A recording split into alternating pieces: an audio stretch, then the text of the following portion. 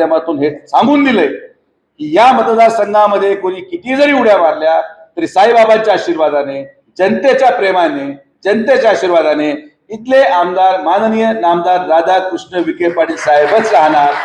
हे मतरूपी आशीर्वाद मिळाल्यानंतर आता सगळ्यांनी सगळं करून थकलेत, आता आम्हाला काम करू दे, आता आम्हाला काम करू दे, आम्हाला लोकांचे काम करू द्या।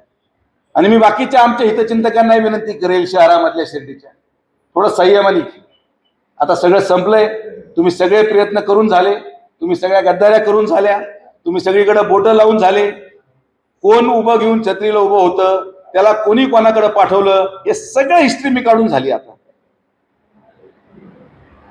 तुम्हाला आता हा धक्का कळेल 1-2 तारखेला काय होतो तो, मला लक्षात येईल काय भूकंप आलाय। पण हे कुरघोड्याचं राजकारण आता बंद करा।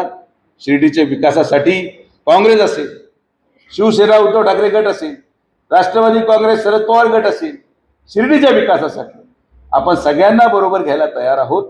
आमच्या मनामध्ये द्वेष भावना नाही। आपले पक्षाचे हितचिंतक असतील अंतर्गत कमळाचे, त्यांना पण आपण बरोबर घ्यायला तयार आहोत। आमचा कोणाशी द्वेष नाही।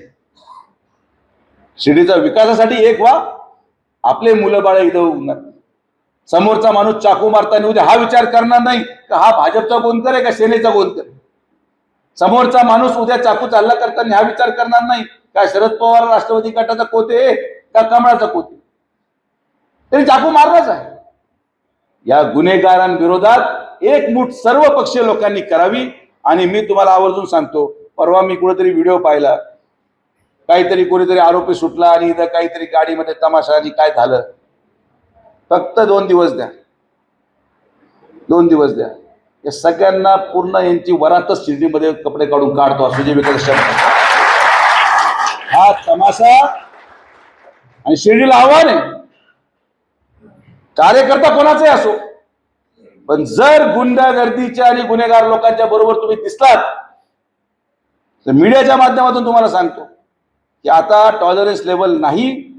तुमच्या सगळ्या नगरसेवकांची जबाबदारी आहे।